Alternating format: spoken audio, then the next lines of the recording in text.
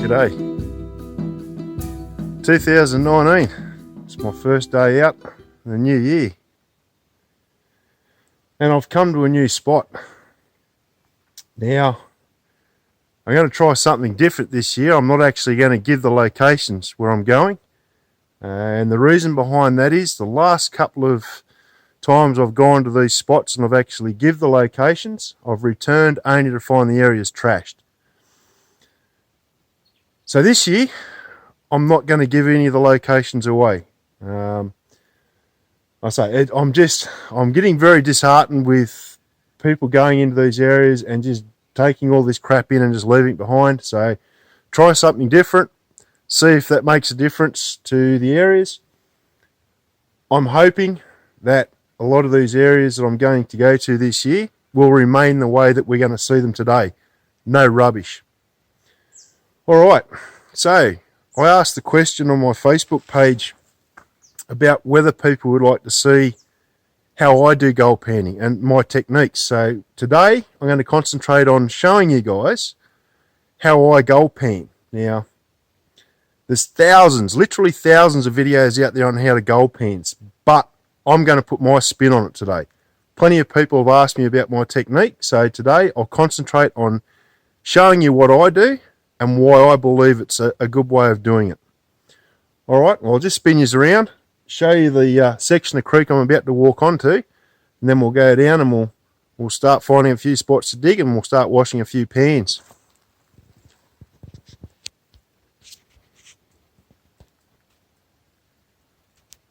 You can see it's quite bushy, scrubby, and I've had to walk a fair way to actually get to this spot. I know this is a gold bearing creek, so it's only a matter of finding the right spot before we start to see a few colours. But anyway, let's get down onto the creek and see if we can find some gold.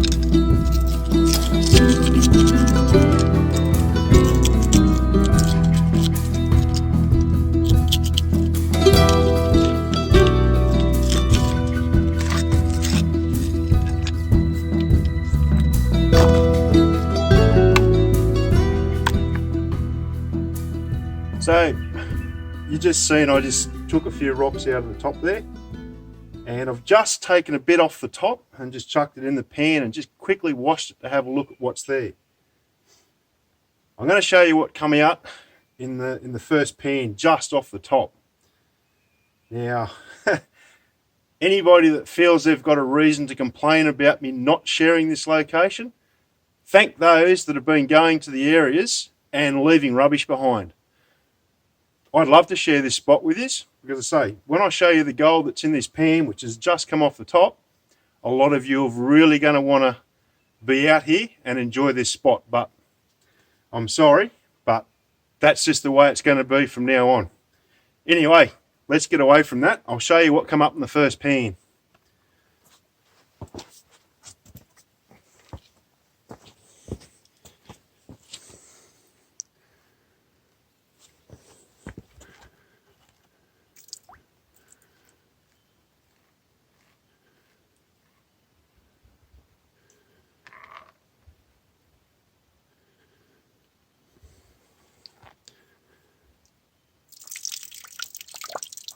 two little rough bits straight up, and I haven't even got to the bottom.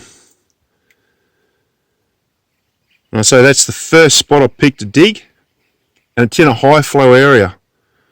So I'd say the more I look around here, the better the spots I'm going to find. Alright, well, I'll dig a bit more out and I'll show you how I gold pan. Right, so there's the next pan of material I've dug out of that crevice.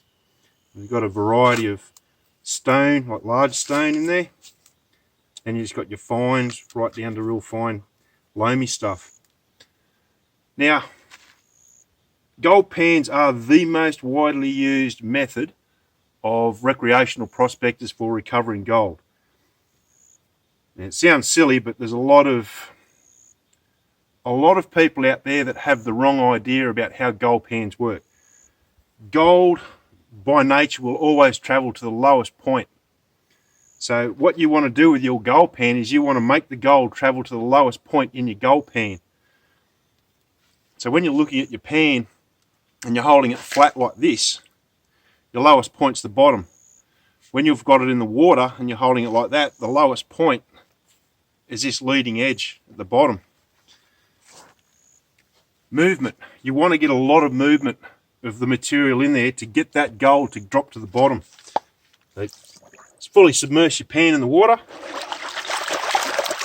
Plenty of movement, left and right, backwards and forwards. And you'll see a lot of this larger stone just come straight to the top.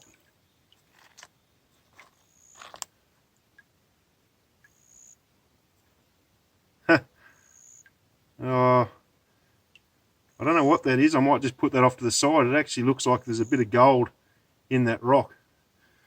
Anyway, so you've got your larger stone there.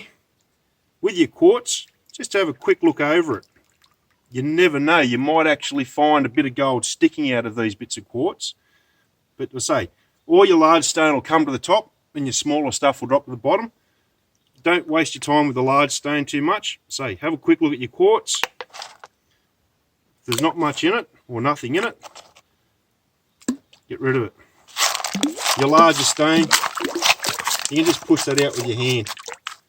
Yes, I know I'm pushing a lot of quartz out there. But this is mainly just to show you my technique of gold panning. The other thing is don't overfill your pan. Half full is about the right amount to put in your gold pan. Plenty of movement, backwards and forwards, left and right. What that's doing is it's making the gold drop through all the sands and gravels and go right to the bottom of the pan. You'll notice the pan's flat at the moment. And so you start to get these large stones come to the top, you can just flick them out. Don't bother trying to wash them out.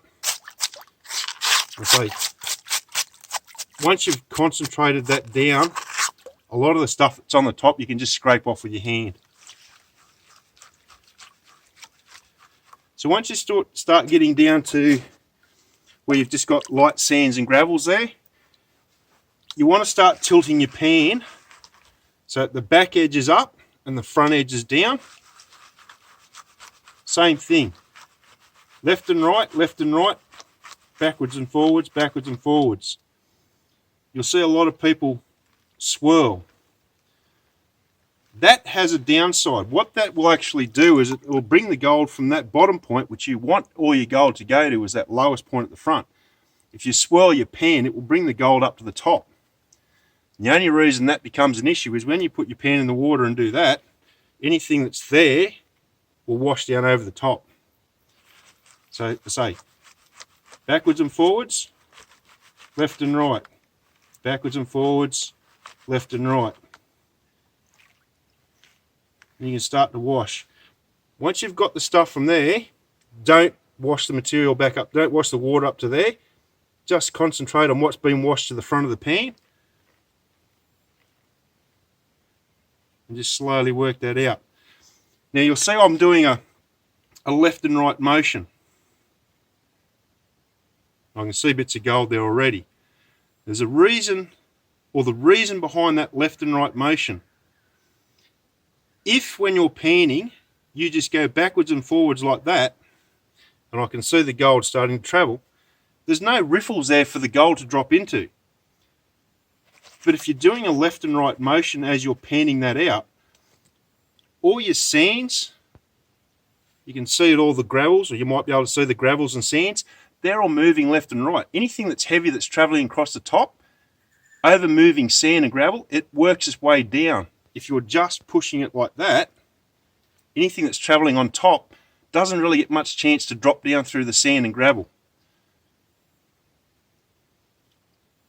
So I'm doing that, and I can actually see the gold traveling straight across the top.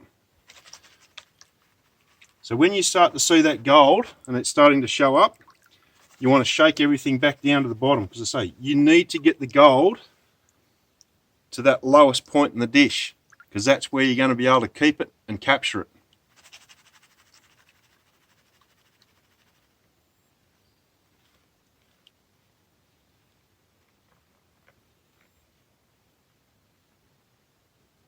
Now this left and right technique works really well with these dishes that have multiple riffles in it, and these are drop riffles.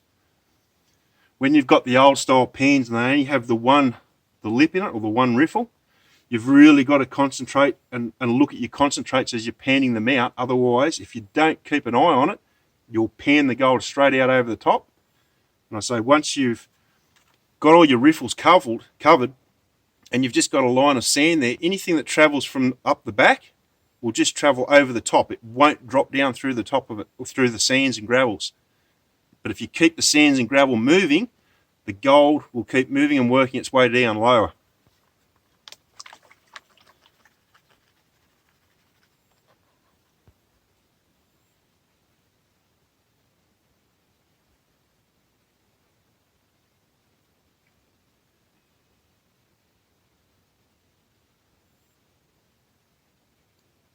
Don't try and wash too much out in one hit.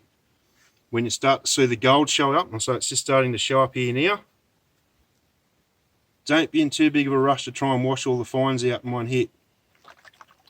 Wash it back down. Nice gentle shaking movement. And so you got that water, it's travelling right to the back of the pan at the moment, and it's covering all that material and starting to drag the lights out. But when you start to see those little bits of gold show up, like they are now, just left and right. You see the water's not travelling up the back anymore. I'm just working that material that's sitting over the riffles.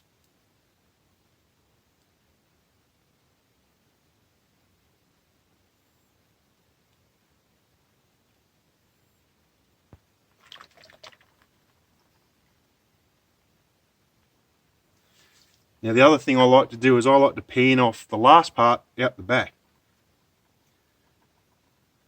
It's just easier to get rid of the last of the fines. So you just want to shake all your concentrate down to the front of the pan, and just very gently use the water to drag off the fines. And you'll end up with two different amounts, or two different areas of concentrate: the real fines that you've just panned off and the heavies. So if you tilt your pan to the back, your heavies are still sitting there, and you can pan the lights out very gently, backwards and forwards, always looking to see if you can see any bits of gold. And the bits of gold will show up because they'll drag in this tail.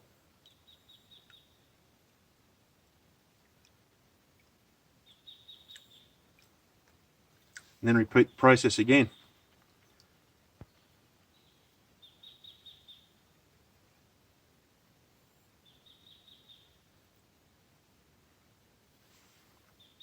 You get down, you've got a few rocks, you can just flick the little rocks back.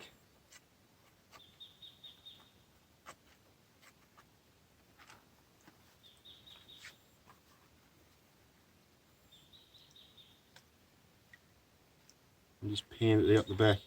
There's the devil's dice.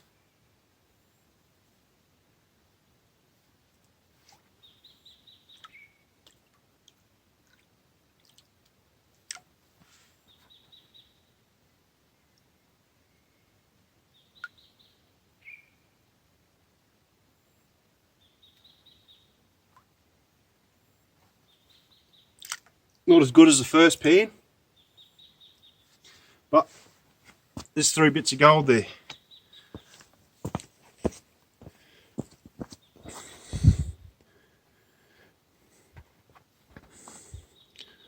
One small bit and 2 little bits that are a little bit larger.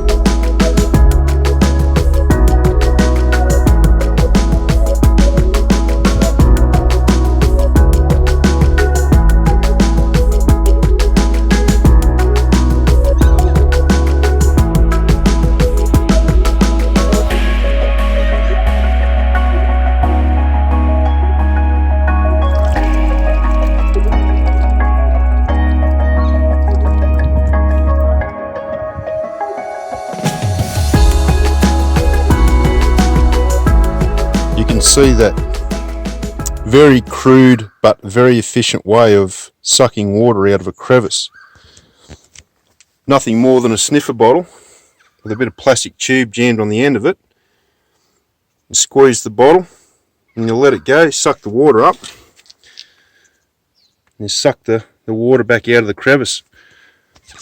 But not only are you sucking the water out, you're also sucking the sand and the gravels off the bottom. And as you're sucking it up, don't always put it straight in the dish. Use what you've got in the tube and blow it back onto the material that's still stuck in the crevice and wash it all down the bottom. Why do you do that? Because anything that's wedged there that you can't actually get at, you can wash it down to a lower point where you can get it. It does have an advantage, definite advantage, and I'll show you why. So as I've been working down and sucking the water out and pushing all the gravels down to a point where I could get it, I managed to get this fella.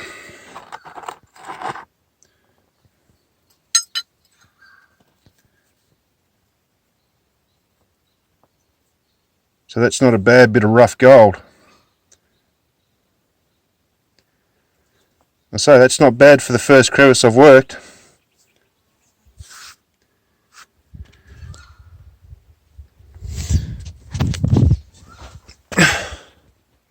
I'll take you for a bit of a walk and just show you some of the other crevices and things that I'm probably going to end up working today.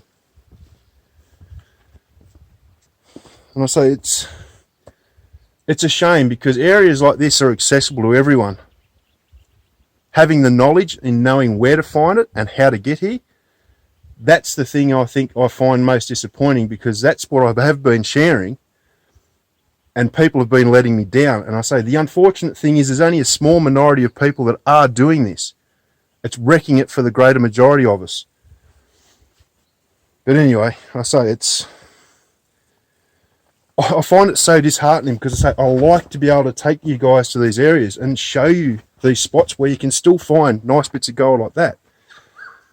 But what I'm not into is going back to these areas and finding rubbish, plastic drink bottles, broken glass, wrappers, things like that. And even gold prospecting equipment, like, it's hard to get in here. So these people that come in and do whatever they do and then leave it behind, I've got no interest in sharing information with them at all. Anyway, I'm going to stop banging on about it. So it's gotten to the point where I'm getting really disheartened with it, and I really enjoy my prospecting, so I'm just going to stop talking about it. You just know what I'm up to this year, so let's just have a look at where we are. So you can see some really nice areas of bedrock. And I'll say there's all these little pockets that have got gravel packed, wedged hard in them. And I can nearly guess that every one of these pockets is going to have some gold in it.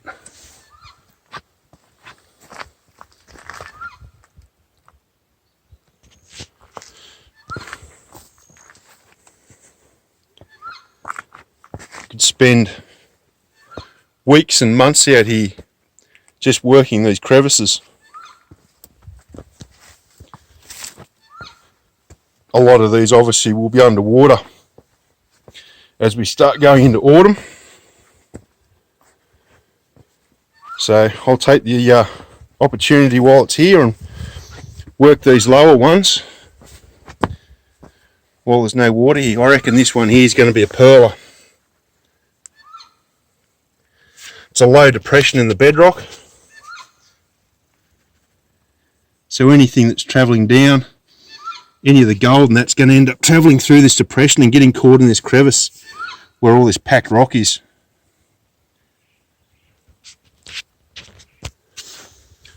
There's just so many spots to work here.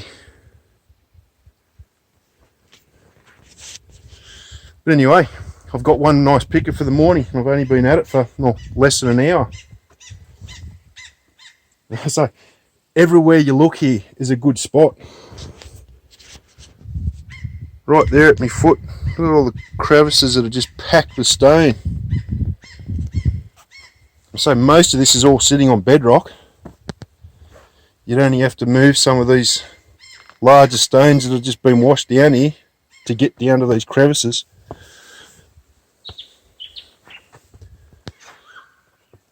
So ones like that, where you've got a bit of a boil hole and all the gravel just tails up, it finds the low points, and then the heavies obviously travel low, like to travel through these crevices and get caught up.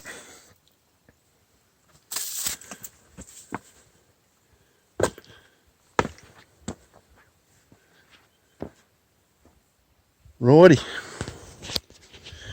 I'll go back down here and keep working on this crevice. I'd like to get to the bottom of it, clean it right out, and show you just what comes out of that one crevice, that very first crevice that I worked. Let's go back down here and we'll keep working it. I've worked that about as much as I'm going to work it. There's still a heap of gravel and stone left in the bottom, but excuse me, I don't have the right tools with me to get the last of that out, and I still haven't found the bottom. It's just all packed with these stones, so as I keep pulling them out, I just keep going down and down. So I haven't got to the bottom, so I'm going to walk away from that. I know there's gold still in it. You know there's still gold in it. But I'm going to go up here to these other crevices and just start working some of them. So I'll show you what come out of there before we move upstream.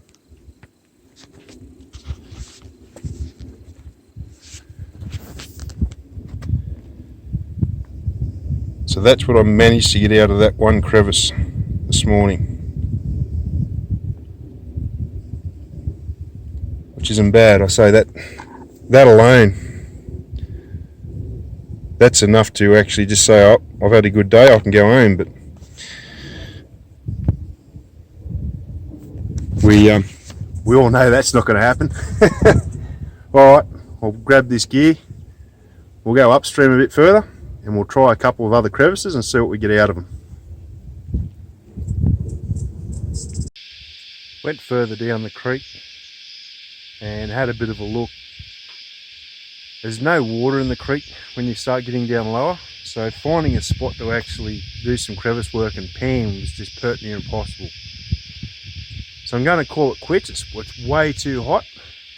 It's probably going to come back and rain this afternoon, but I'm not going to stick around and wait for that to happen. So what I'll do is I'll show you the gold that I got this morning, and I'm going to call it a day and I'm going to head home. So the good thing is you'll probably get this video by tonight. So I'll go home and I'll start all the editing and get it up and running. And hopefully you'll be watching it tonight. So I'll show you the gold we got, and then I'm going to head for home.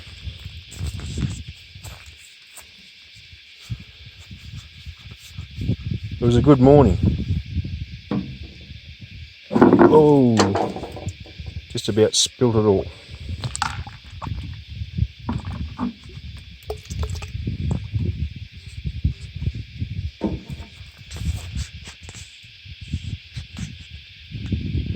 So there was that one nice piece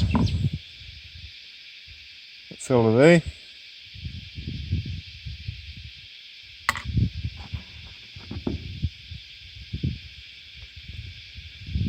And there's just all this other smaller bits of gold. Quite a few rough bits in amongst it. But really, the majority of that all come out of that one crevice, that first crevice I started to work. Alrighty, well, really hoping for some rain, some good decent rain. I'm going to come back here when the creek's got a bit more water in it and work it a bit harder. I reckon I'll get some nice bits of gold. Anyway, that's it for another day. Hope you're finding lots of yellow wherever you are. Get out there and get into it. And until the next video, have a good one, and I'll see you all later.